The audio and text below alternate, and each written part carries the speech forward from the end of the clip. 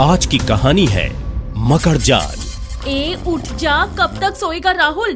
अरे उठ, देख वो लड़की आई है जिसकी तूने फोटो दिखाई थी। मजाक मत करो दीदी, मुझे सोने दो। पागल है तू जो मजाक करूंगी। घर जाकर देख अपने, जल्दी उठ। राहुल उठता है आंखों को मसलते हुए और अपने घर चला जाता है। घर के आंगन में बहुत सारे लोग बैठे हुए थे। तभी राहुल की नजर मन्नत और उसकी माँ पर जाती है। राहुल मन्नत की माँ के पैर छूते हुए कहता है, राम राम जी। राम राम बेटा, खुश रहो। राहुल मन्नत की माँ के पास जाके बैठ जाता है और मन्नत की तरफ देखता है, लेकिन मन्नत राहुल को नहीं देख रही थी। राहुल और घर वालों के साथ उनसे बात होने लगी, लेकिन मन्नत तब भी चुप थी। गर्मियों का माहौल था तो गर्मी से मन्नत परेशान होने लगी थी। अब गांव का माहौल थोड़ा सरल होता है ना ज्यादा सुख सुविधाएं ना ही नफरत। थोड़ी आवाज में खड़ी बोली, और उस खड़ी बोली की मिठास शायद ही शहर वाले समझ पाए, क्योंकि गांव में तू तड़ाक मतलब प्यार की परिभाषा, और यही शहर के व्यक्ति से किसी ने तू भी बोल दिया तो अपने आत्मसम्मान पर ले जाता है। गांव की मधुरता मैं अच्छे से समझ सकता हूं। मेरा जन्म गांव की एक झोपड़ी में हुआ था। मिट्टी से बने हुए घर और मिट्टी की खुशबू में पला बड़ा हूं मैं रंग से थोड़ा सांवला था, लेकिन शादी थी बड़े भाइयों की तो 2 महीने से गांव में ही था।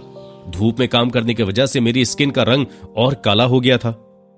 कहा मन्नत गोरी और मैं उसके सामने रोटी बनाने वाले तवे के समान लग रहा था। शाम होते ही मन्नत मेरी चचेरी बहनों के साथ हमारे खेतों में घूमने निकल जाती। मैं भी वहीं खेतों में था तो मन्नत से मिल गया। मैं मन्नत से बात करने लगा सबके सामने। फिर वहां एक मन्नत के सबके साथ फोटो क्लिक की और फिर हम दोनों घर आने लगे।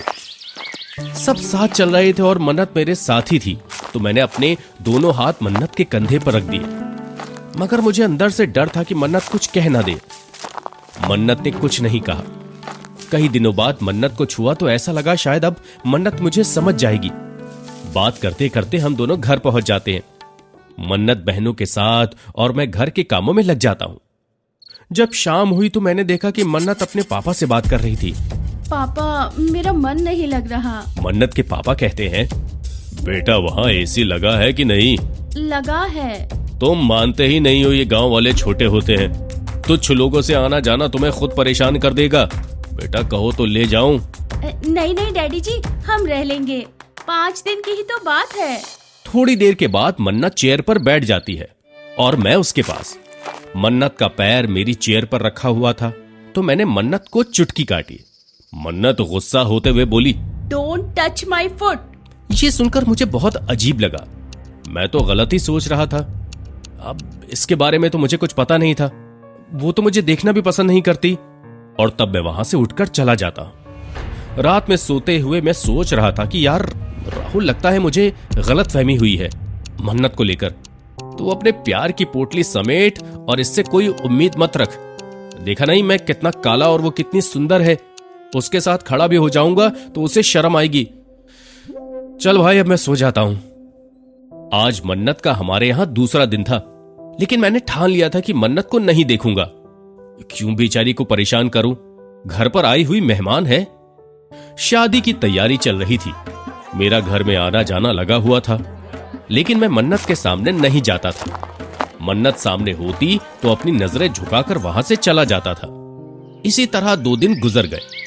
मन्नत मार्केट जा रही थी, उसके साथ उसकी मौसी भी थी। मन्नत सामने से आ रही थी कार की तरफ, और मैं कार के पास ही कुछ काम कर रहा था।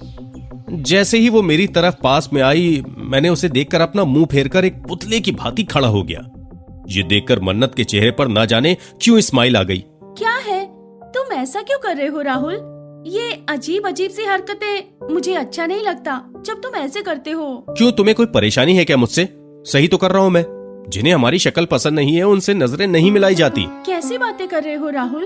और पहले मेरी तरफ तो देखो, मुड़ो अभी के अभी। अच्छा बताओ, क्यों हमसे बात कर रही हो? अच्छा ही तो है, अपना काम कीजिए। मैं आपको परेशान नहीं करना चाहता हूँ। परेशान? किसने कहा राहुल कि तुम मुझे परेशान कर रहे हो? अच्छा ठीक है, रुको, अभी मैं मौसी के साथ मार्केट जा रही हूँ, आकर बात करूंगी। ठीक है। इतना कहकर मन्नत अपनी मौसी और मेरे बड़े भाई के साथ कार में बैठकर मार्केट चली जाती है।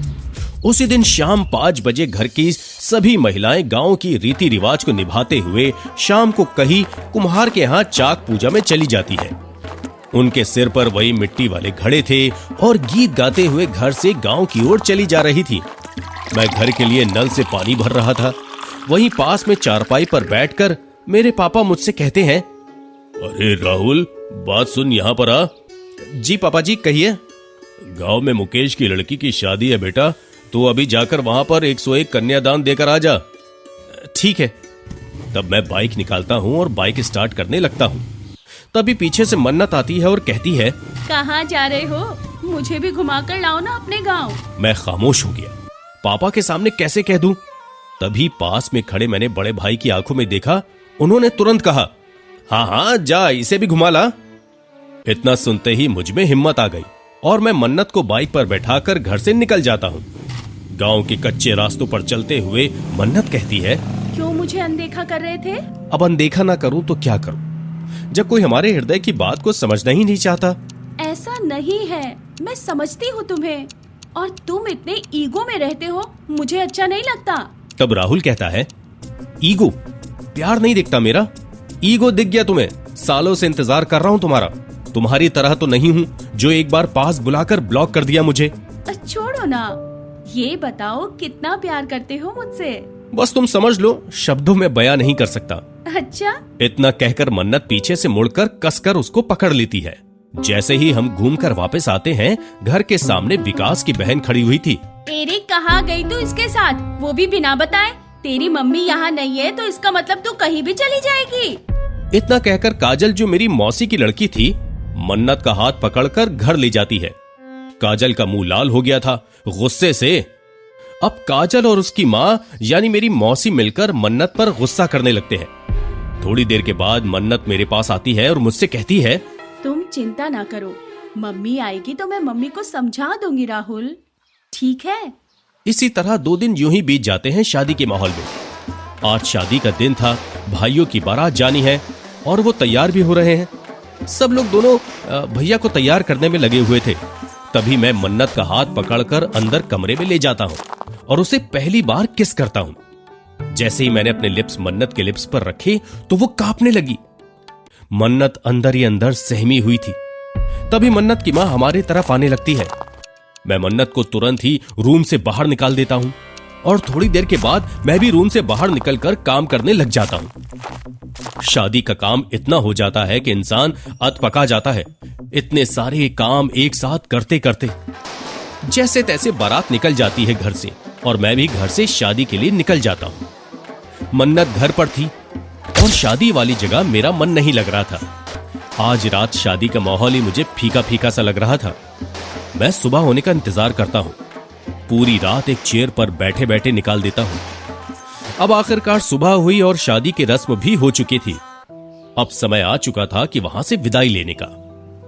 मेरे बड़े भाई एक कार में भाभीियों के साथ घर की ओर निकल जाते हैं और हम भी दूसरी कार से घर निकल जाते हैं। घर पहुंचते ही वहां सब लोग भाभीियों के स्वागत में लग जाते हैं। मैंने नजर घुमाई तो मन्नत मुझे दिखाई नहीं दी। मैं पूरे घर में मन्नत को ढूंढने लगा पर मन्नत नहीं मिली। फिर मैं घर के ऊपर छत पर जाता हूं। वहां मेरी नजर मन्नत पर पड़ी जो चारपाई पर सो रही थी। मैंने वहां इधर उधर देखा तो कोई और नहीं था, तो मुझे कोई दिखाई नहीं दिया। मैं धीरे से मन्नत की तरफ बढ़ता हूं और सोई हुई मन्नत के लिप्स पर किस करता हूं। मन्नत की आंखें खुलती है तो मैं उसे दिखता हूं। मैंने कहा, गुड मॉर्निंग जान। Good morning. अब उठो, जल्दी से कोई देख लेगा, हम बाथरूम चलते हैं। हम दोनों बाथरूम में पहुंच जाते हैं। मैंने डोर लॉक किया और मन्नत के फोरहेड पर किस करते हुए उसे गले लगा लिया। थोड़ी देर के बाद हम वहां से निकल जाते हैं। मैं बहुत खुश था कि मन्नत ने मुझे अपना ही लिया। पापा मुझे किसी गांव से गांव की एक लोकल शॉप पर भेजते हैं और मैं बाइक लेकर निकल जाता हूं। लेकिन रात भर जागने की वजह से मेरी आंखों में नींद भरी हुई थी। बाइक चलाते हुए मुझे मन्नत के साथ किस का सीन याद आता है और मैं गांव के एक मोड़ पर ख्वाबों में खो जाता हूं। अगले ही पल बाइक अनबैलेंस हो जाती है और मैं धड़ाम से जमीन पर गिर जाता हूं। पर मेरी आंखों में किस वाला सीन चल रहा था। मैं करीब 2 मिनट तक उसी जगह लेटे हुए ख्वाबों में खोया हुआ था। कहां चोट लगी कहां नहीं मुझसे कोई मतलब नहीं था। तभी वहां गांव के लोग मुझे उठाने आ जाते हैं और मुझे होश आता है कि मैं बाइक से गिर गया। मैं तुरंत ही अपने कपड़े पर लगी धूल को झाड़ते हुए बाइक को लेकर घर आ जाता हूं। घर आते ही मेरा मन दुखी होने लग जाता है जब मुझे पता चला कि आज मन्नत और उसकी मां अपने घर जा रही हैं। मैं आखिरी बार किचन में जाता हूं मन्नत के पास और वहां उसे किस करके अपनी तरफ से विदा कर देता हूं। लेकिन मेरा मन ही नहीं माना तो मैंने बड़े भाई से बोला कि मैं भी रोहन भाई के साथ इनको छोड़ने के लिए चला जाऊं। तो भाई भी हां कर देते हैं। शादी का हारा थका मैं कार में बैठ जाता हूं और पीछे मन्नत और मन्नत की मां रोहन भाई कार चला रहे थे। लेकिन मन्नत अपने चेहरे को छुपाकर रो रही थी। शायद वो मुझसे दूर होने की वजह से अपने आप को रोक नहीं पा रही थी। जैसे ही हम हाईवे पर उनके घर के पास पहुंचते हैं मन्नत कार रुकवा देती है और कहती है, बस रोहन भाई आप हमें यहीं ड्रॉप कर दो, यहाँ से हम चले जाएंगे। रोहन कार रोकता है। मैं मन्नत और उसकी माँ को रोड क्रॉस करवा कर आने लगता हूँ। लेकिन तभी मन्नत की माँ मुझे गले लगा लेती है और कहती है, बेटा आराम से जाना। जी आंटी। मैं मन्नत को देखकर वापस मुड़ता हूँ। तभी मन्नत मुझसे कहती है, मुझे कौन गले लगाएगा। मन्नत अपनी माँ के सामने खुद ऐसा कहती है। मुझे थोड़ा सुकून मिला।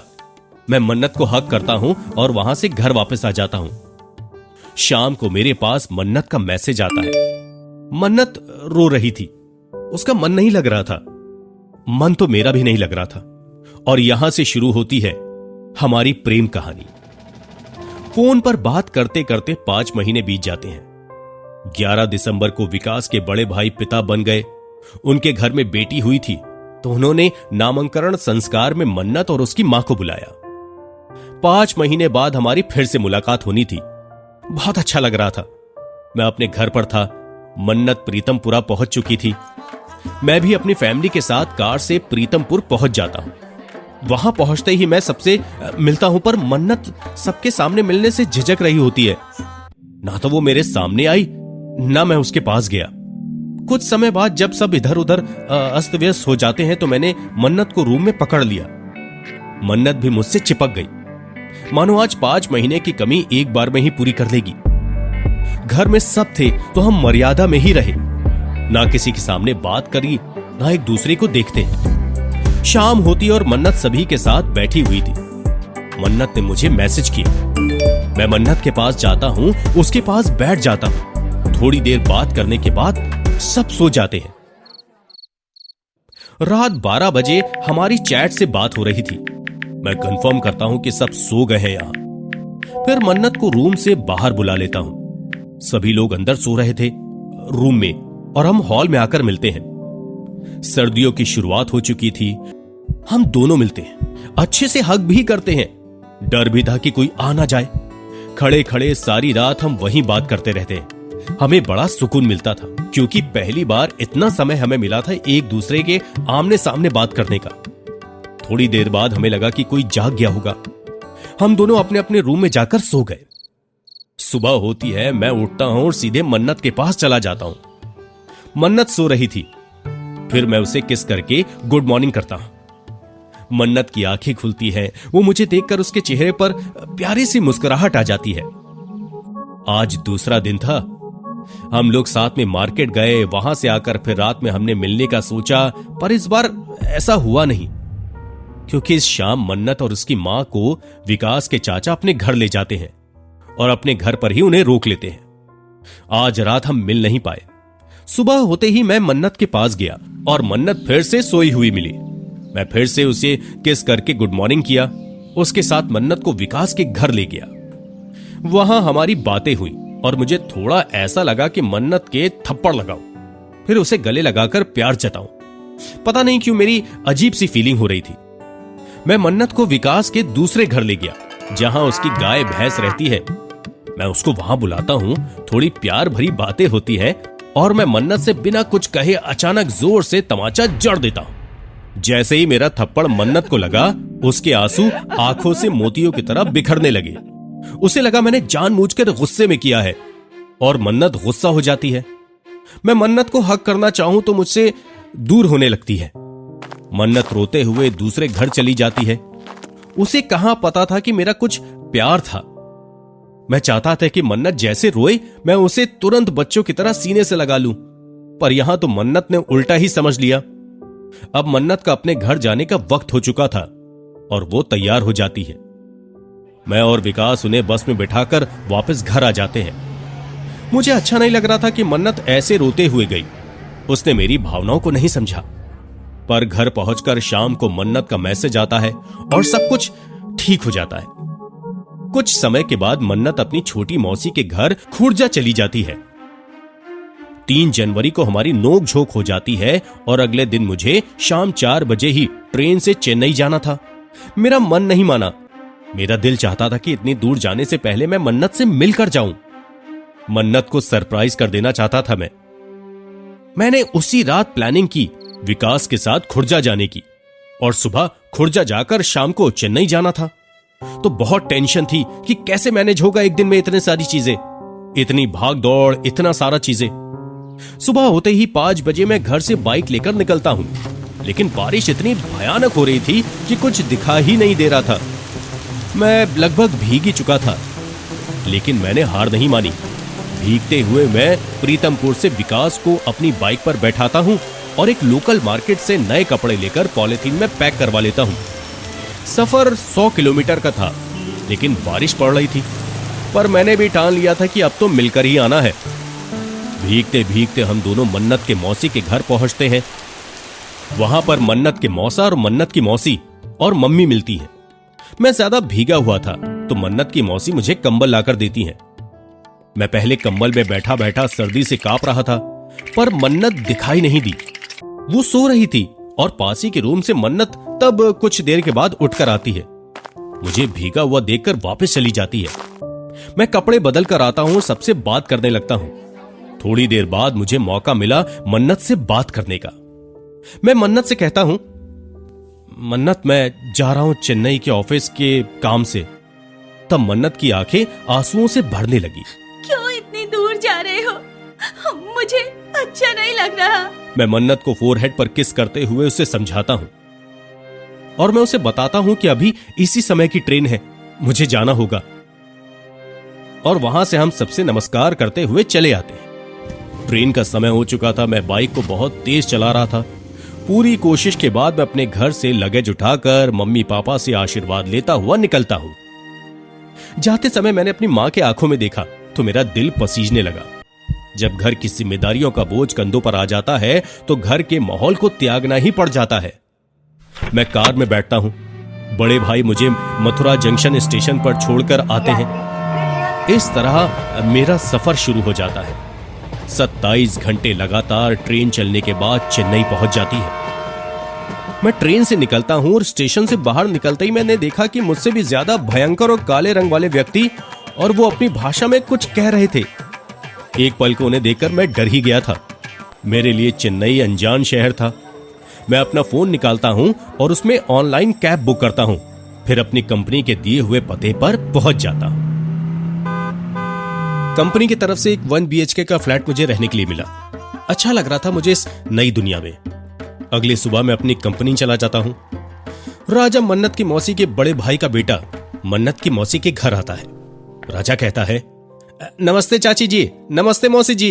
नमस्ते बेटा, खुश रहो। चाची जी हैं यहाँ? बेटा तेरे चाचा अभी तो यही थे, शायद सामने वाले प्लॉट में हो, वहाँ देखो जरा। राजा सामने वाली जगह पर पहुँचता है। वहाँ उसे मन्नत बैठी हुई मिलती है। अरे मन्नत तुम? हाँ राजा, आओ आओ बैठो। कब आई थी तुम यहाँ? बस 2-3 दिन हुए हैं। अच्छा। मन्नत तुम्हें याद है लास्ट टाइम हम कब मिले थे? याद है, यही जागरण में। मन्नत मैं उस रात छत पर तुम्हें कुछ कहना चाहता था, पर तभी चाची आ गई। क्या कहना था? मनु, तुम्हें जब से यहाँ जागरण में देखा है तब से मुझे तुम दिख रही हो हर जगह। मतलब तुम्हें कुछ? हाँ, प्यार हो गया है। मुझे पता है, तभी तुम सारी रात मेरे पीछे पीछे घूमते रहे। मन्नत, मैं तुम्हारे बिना नहीं जी सकता। ऐसा मत कहो राजा। फिर क्या कहूँ? आखिर तुम मेरे अंदर के प्यार को समझ ही नहीं रही हो। मैं नहीं समझूंगी तो कौन समझेगा? मन्नत, आई लव यू। इसका जवाब क्या हुआ? जवाब दो ना मुझे प्यार से। दे दूंगी। अच्छा सुनो, मम्मी देख लेंगी। अब तुम जाओ यहाँ से, अपना नंबर दे जाओ। अब हम फोन से बात करेंगे। राजा अपना नंबर मन्नत को दे देता है और वहाँ से जाने लगता है। सुनो राजा, हाँ बोलो। कल मैं जा रही हूँ यहाँ से अपने घर, सुबह आ जाना। हमारे जाते टाइम मैं तुम्हें देखना चाहती हूँ। ठीक है मेरी जान। और राजा वहाँ से चला जाता है। शाम को मन्नत राहुल को कॉल करती है। कैसे हैं आप? ठीक हूँ मैं, आप बताओ। मैं भी अच्छी हूँ। कुछ खाया आपने कि नहीं? पता नहीं, अब मेरा मन नहीं लग रहा आज। लग रहा है आप अपना ख्याल नहीं रख रहे हो वहाँ। खा लिया बाबू, और ख्याल क्यों रखो अपना? आप तो है मेरा ख्याल रखने वाली ना। हाँ, मैं कौन होती हूँ? मैं होती तो मुझे छोड़कर इतना दूर नहीं जाते आप। मन्नत मैं पास में ही तो हूँ, जब याद करोगी आ जाऊंगा। फ्लाइट तो चलती है यहाँ से। अच्छा ये बताओ, तुमने कुछ खाया? मुझे नहीं खाना कुछ भी। अब तो जब ही खाऊंगी जब आप शादी करके मुझे अपने घर ले जाओगे। ले आऊंगा जल्दी मेरी जान। अच्छा मैं रखती हूँ फोन, मौसी आ रही है। ठीक है। अच्छा सुनो, I love you. Love you. अगली सुबह मन्नत के पास राजा आता है। मन्नत राजा से छत पर मिलती है और कहती है, मैं जा रही हूँ और हम जल्दी मिलेंगे। 13 फरवरी को हमारे रिलेशन में शादी है, आप वहाँ आना। ठीक है बाबू। इतना कहते हुए दोनों हग करते हैं। तब राहुल कहता है, मेरा यहाँ किसी भी काम में मन नहीं लग रहा था। बस मैं काम तो कर रहा था पर ना जाने क्यों अच्छा नहीं लग रहा था। कई बार तो मैं सोचता था कैसे हमारी शादी होगी। मन्नत खेल रही है राहुल की भावनाओं के साथ। आज फिर से राजा को भी अपने दिल में जगह दे दी। एक तरफ से तो वो राहुल से हमदर्दी जताती है, दूसरी तरफ से राहुल के तबाही के द्वार खोलने लगी। राहुल को भनक भी नहीं कि मन्नत उसके साथ क्या खेल खेलेगी। 10 फरवरी 2021। आज मैं चेन्नई से आ रहा था। ये बात मैंने मन्नत को घर पहुंचकर बताई कि मैं आ चुका हूं। मन्नत ने इग्नोर करते हुए कुछ ऐसा कहा, ठीक है, मैं क्या करूं इसमें? क्या क्या कहा तुमने? एक बार फिर से बोलना। नहीं, कुछ नहीं। तुम्हें मेरे आने की खुशी नहीं है और न ही कोई चिंता कि मैं कहाँ हूँ, कैसा हूँ? वैसे भी तुम सुबह से कहाँ गायब थी? मुझे नहीं पता। मुझे बुरा लगता है और बहस ज्यादा बढ़ जाती है। आखिरकार रात में मन्नत एक ब्लेड से अपने हाथ काटकर स्टोरी पोस्ट करती है और ऑफलाइन हो जाती है। खून देखकर मुझे बहुत गुस्सा आता है। आखिर ऐसी घटिया हरकत मन्नत कैसे कर सकती है? कहते हैं रात में अगर झगड़े में सुलह कर दी जाए तो चैन की नींद आती है। और मैं रात भर परेशान रहा, कभी इधर जाऊं कभी उधर जाऊं। मन्नत राहुल को दिखाती है कि वो ऑफलाइन है, बल्कि दूसरी जगह राजा से रात भर बात करती थी। और वहीं राहुल।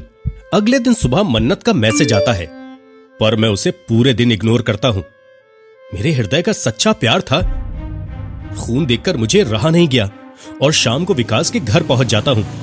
अचानक मन्नत के लिए यह सरप्राइज था, क्योंकि मैं उसी के लिए तो उसके घर गया था। और घर पहुंचकर आपने देखा होगा कि कैसे एक संस्कारी पिता और घमंडी बाप से मुलाकात होती है। मैं सुबह उठता हूं और देखता हूं कि मन्नत की मां और पापा काम करने में लगे हुए हैं। मन्नत अभी भी सो रही थी। 8 बज चुके थे, पर मन्नत में कोई फर्क नहीं था। मैं फिर से मन्नत के पास जाता हूं। मन्नत चारपाई पर लेटी हुई थी।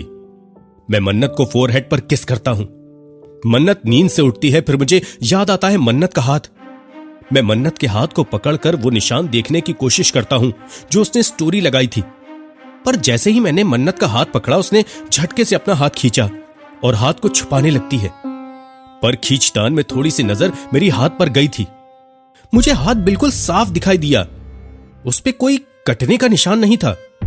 मुझे समझ में आ गया कि मन्नत इसलिए छुपा रही थी कि आज अगर राज खुल गया तो राहुल मुझे हमेशा के लिए छोड़ देगा। और यह सच था। मैं जहां भी हृदय से लगाव रखता हूं वहां झूठ नहीं बोलता। झूठ से मुझे बेहद नफरत है। मन्नत की इस हरकत को माफ करना मेरे लिए मकर जाल बुनने जैसा था। धीरे धीरे शुरुआत होने लगी मन्नत के झूठे मकर जाल बुनने की। जब मैं घर आ जाता हूं तो अपने बड़े सदमे में खुद को खोने लगा था। इधर राहुल के जाते ही 2 दिन बाद मन्नत राजा से शादी में मिलती है। राजा मन्नत को एक गुलाब का फूल देकर प्रपोज कर देता है और मन्नत अगले ही दिन वही गुलाब के साथ स्टोरी लगाती है। आज वैलेंटाइन डे था और मन्नत के स्टेटस में गुलाब का फूल लगा हुआ था। मैं पूछता हूं, ये फूल कैसे? तब मन्नत कहती है कि मेरा एक भाई है राजा, उसने शादी में दिया था, बस यूं ही वैलेंटाइन वीकेंड चल रहा है और तुम कह रही हो भाई ने दिया है। आपको मुझ पर भरोसा नहीं है? इतना कहते ही मन्नत रोने लगती है। राहुल मन्नत के आंसू देखकर, मैंने हमेशा उसे माफ किया और यही माफ करने की गलती मुझे मकर जाल में फंसाएगी। मैं चेन्नई पहुंच जाता हूं और 1 महीने के बाद 18 मार्च 2021 मन्नत राहुल को बताती है कि वो प्रीतमपुर आ गई है विकास के मामा के यहां। तभी विकास मेरे पास वीडियो कॉल करता है और मन्नत की मां से बात करवाता है। मैंने भी अच्छे से बात की मन्नत की मां से और सबको यह पता होता है कि मैं चेन्नई में हूं। रात होते होते मन्नत का मन नहीं लगता और वो अपने विकास मामा से कहती है, मामा जी वो राहुल से कहिए ना, वो आ जाएंगे यहाँ। तब विकास कहता है, मन्नत राहुल को कैसे कहूं, सबने देख लिया है। उसे वीडियो कॉल पर अचानक यहाँ आने के लिए कहेंगे तो सब क्या सोचेंगे कि वो यहाँ अचानक कैसे आ गया। मामा कुछ भी करो पर बुला लो। ठीक है, इससे पहले मुझे बताओ कि तुम्हारा सच में राहुल के साथ प्यार चल रहा है या टाइम पास कर रही हो उसके साथ? नहीं मामा, प्यार से भी बढ़कर मैं तो राहुल से शादी करूंगी। राहुल के बगैर नहीं जी पाऊंगी मैं। मेरे सर पर हाथ रखो कि तुम सच में शादी करोगी। मन्नत विकास के सर पर हाथ रखकर कसम देती है कि हाँ शादी करूंगी। तब विकास कहता है, लेकिन बेटा तुम्हारे पापा तो नहीं मानेंगे। कुछ भी हो जाए मैं मर जाऊंगी पर शादी राहुल से ही करूंगी। इतना कहते ही विकास राहुल को आने के लिए बोल देता है। सारी रात मेरी और मन्नत की वीडियो कॉल से बात होती रही और जब 4 बज गए तो मैंने मन्नत को सोने के लिए बोल दिया। मन्नत सो जाती है और मैं अपने लैपटॉप से फ्लाइट बुक कर लेता हूँ। 7 बजे मैं अपने घर से निकलता हूँ और एयरपोर्ट पहुंचकर अपनी एयर बस में बैठ जाता हूँ और अपने सर के ऊपर फ्लाइट में बटन दबाता हूँ और क्रू मेंबर आ जाती है। मैं क्रू मेंबर से कहता हूँ, मुझे पानी मिल सकता है? जी सर बिल्कुल, बस अभी लेकर आती हूँ। कुछ ही सेकंड में मुझे पानी मिल जाता है और मैं वो पानी पीकर सो जाता हूँ। अगले ही पल फ्लाइट दिल्ली में लैंड करती है। मैं फ्लाइट से बाहर निकलता हूँ। थोड़ी देर में एयरपोर्ट से एग्जिट करके मेट्रो से ग्रेटर नोएडा पहुंच जाता हूँ। मेट्रो से निकलकर ही बस में बैठकर बाय रोड से प्रीतमपुर के पास एक कस्बे में पहुंच जाता हूँ। इस तरह वहां शाम हो जाती है। सबसे बड़ी बात यह थी कि मैं घर वालों के सामने नहीं जा सकता था। अब मैं रात होने का इंतजार करता हूँ। इसी तरह मैं 10 बजे तक वही इंतजार करता हूँ। मेरा पूरा दिन आज यूं ही सफर में निकल जाता है। 10 बजे विकास बाइक से आता है और मुझे अपने गांव लेकर जाता है। अंधेरा होते ही मैं घर पहुंचता हूँ। ऑलमोस्ट सब सो चुके थे। विकास मुझे अपनी गाय भैंस वाली जगह पर पहुंचा देता है और मैं वहां छिप जाता हूं। वैसे तो वहां कोई आता जाता नहीं था, फिर भी मुझे कोई देख ना ले इसलिए मैं छुप कर ही रहा। मैंने मन्नत को मैसेज किया कि मैं आ चुका हूं। मन्नत वहां से पानी की बोतल लेकर आती है। मन्नत दरवाजा नॉक करती है तो मैं मन्नत को अंदर बुलाकर गेट बंद कर देता हूं। मन्नत एक प्यारा सा हक करती है पर पानी की बोतल देकर जाने लगती है। तब मैं कहता हूं, कहां जा रही हो तुम? मुझे जाना होगा, मामी और नानी जगी हुई थी। मैं तो यहाँ वॉशरूम के बहाने से आई हूँ। ठीक है। मन्नत वहां से चली जाती है और फिर मैं इंतजार करता हूँ सबके सोने का। 12 बजे मैं जाता हूँ, मन्नत को वहां से बाहर निकालता हूँ, फिर उसी जगह ले आता हूँ जहां मैं छिपा हुआ था। मुश्किल से 10 मिनट हम बैठकर बात करते होंगे कि तभी विकास कहता है, शायद कोई जाग रहा है। मन्नत भागकर उसी घर में चली जाती है। थोड़ी देर के बाद मैं उसी छत पर पहुंच जाता हूं और मन्नत को नीचे से ऊपर छत पर बुला लेता हूं, क्योंकि कोई जग भी जाएगा तो छत से पता लग जाएगा कि कोई जग गया है। बस सारी रात हम खुले आसमान के नीचे बात करते हैं। आज वो रात थी जिसमें मन्नत मरने जीने के वादे कर रही थी। सुबह होते ही मैं मन्नत को प्यारा सा हक करता हूं और विकास को लेकर गांव से बाहर निकल जाता हूं। मैं बहुत थक चुका था, 2 दिन से सोया नहीं था, तो विकास मुझे अपने दूर के खेतों में बनी एक झोपड़ी में सुला देता है। मन्नत भी गहरी नींद में सो जाती है। तभी मन्नत के पापा मन्नत को उसकी मां को इमरजेंसी काम से बुलाते हैं और कहते हैं, विकास इनको जल्दी भेजो, अगर ये 30 मिनट में मेरे पास नहीं आए तो तुम्हारे घर फिर कभी इनको नहीं भेजूंगा। जैसे तैसे विकास मन्नत और उसकी मां को बस में बैठाकर विदा कर देता है। विकास राहुल को उठाता है और कहता है, अरे राहुल उठो, 7 बज गए हैं, 10 बजे की फ्लाइट है, जल्दी बेटा खड़ा हो, टाइम से निकल। हाँ भाई, फ्लाइट मिस हो जाएगी, मैं निकलता हूं। आधी नींद में बस से एयरपोर्ट पर पहुंच जाता है। शाम होते जब मैं चेन्नई पहुंचा तो रूम में पहुंचकर ही मैं इतनी गहरी नींद में सो गया कि अगले दिन 10 बजे उठा, मेरा चेहरा इतना सूजा हुआ लग रहा था कि जैसे किसी ने मुझे मारा हो। एक रात मेरी और मन्नत की वीडियो कॉल पर बात हो रही थी। तभी मैं देखता हूं कि अचानक वो बेवजह रोने लगी। मैंने कोशिश की पूछने की, पर उसने मुझे कुछ नहीं बताया। उसके बाद मन्नत को 2-3 दिन हो गए, पर उसके चेहरे पर उदासी भरे आंसू दिखाई दे रहे थे। मैं कुछ समझ नहीं पा रहा था कि मन्नत को आखिर हुआ क्या है, अचानक रोने लगी है। मैंने कुछ कहा नहीं, ऐसा कुछ किया भी नहीं जिससे वो हर्ट हो जाए, पर मैंने ठान लिया था कि उसके पीछे का राज क्या है मैं जानकर ही रहूंगा। मेरे पास मन्नत की ईमेल आईडी लॉगिन थी, उससे मैंने उसको इंस्टा को हैक कर लिया। मैंने उसे पाया कि संदीप से बहुत चैट हो रखी है। मतलब जब हमारी वीडियो कॉल पर बात हो रही थी तो वो संदीप से टेक्स्ट मैसेज पर बात कर रही थी। मैं दंग रह गया ये सब देखकर कि मन्नत ऐसा भी कुछ कर सकती है। मैंने सारी चैट्स पढ़ी, इसमें उनके मिलन और प्यार भरी बातें थी। मैं आधा हो चुका था ये सब देखकर कि ये वही संदीप है जो इनके घर में रहता था। यहां से संदीप का राज मेरे सामने आया। अगले दिन मन्नत के चेहरे पर फिर से मायूसी छाई हुई थी। मैंने मन्नत से कहा, क्या हुआ, संदीप की याद आ रही है? इतना सुनते ही मन्नत के होश उड़ गए। मन्नत अब मेरे पीछे पड़ गई और पूछने लगी, तुम्हें कैसे पता संदीप के बारे में? तुम्हारा राज खुल गया है मन्नत। मुझे अंदाजा नहीं था कि तुम ये काम करोगी। क्या तुम? देखो राहुल, संदीप से मेरा कोई रिश्ता नहीं है, और जो सामने वाली लड़की नेहा है उसका बॉयफ्रेंड था वो। उसके पास फोन नहीं था तो वो मेरे इंस्टा से बात करती थी। अच्छा, झूठ तो अच्छे से बोलो यार।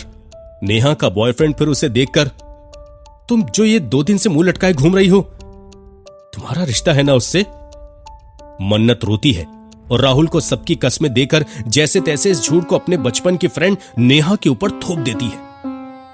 मैंने माफ भले कर दिया उसे, पर मैं आधा टूट चुका था मन्नत की सच्चाई जानकर। मेरे वो सभी सपने टूटने लगे थे और यहां से मुझे यकीन हो गया था इन फ्यूचर ये लड़की मुझे धोखा देगी। आज और फिर माफ करके मैं खुद से और मकड़ जाल में फंसता गया। इतना ही नहीं, जब मैं मन्नत से फेसबुक का पासवर्ड लिया था, उस अकाउंट में ब्लॉक लिस्ट में रॉकी नाम का लड़का ऐड था। इसी लड़के ने मेरे फेसबुक पर रिक्वेस्ट भेजी हुई थी। मैं अब रॉकी के राज निकालने लगा। जैसे तैसे मुझे पता चलता कि मन्नत एक और फेसबुक आईडी चलाती है जिसमें रॉकी और मन्नत की कमेंट्स थी। ये देखकर तो मैं फिर से तीसरी बार मकड़ जाल में जकड़ता चला गया।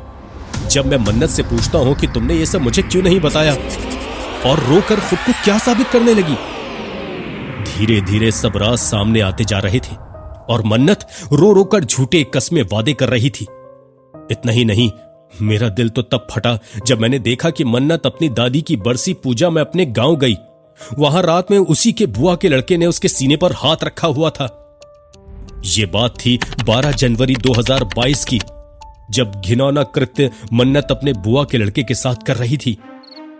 उस रात ना जाने मुझे क्यों बेचैनी हो रही थी। मैं समझ गया था कि कुछ गलत हो रहा है। मैं सारी रात परेशान रहने के बाद मन्नत को ब्लॉक कर देता हूं। मेरी बर्दाश्त करने की सीमा खत्म हो चुकी थी।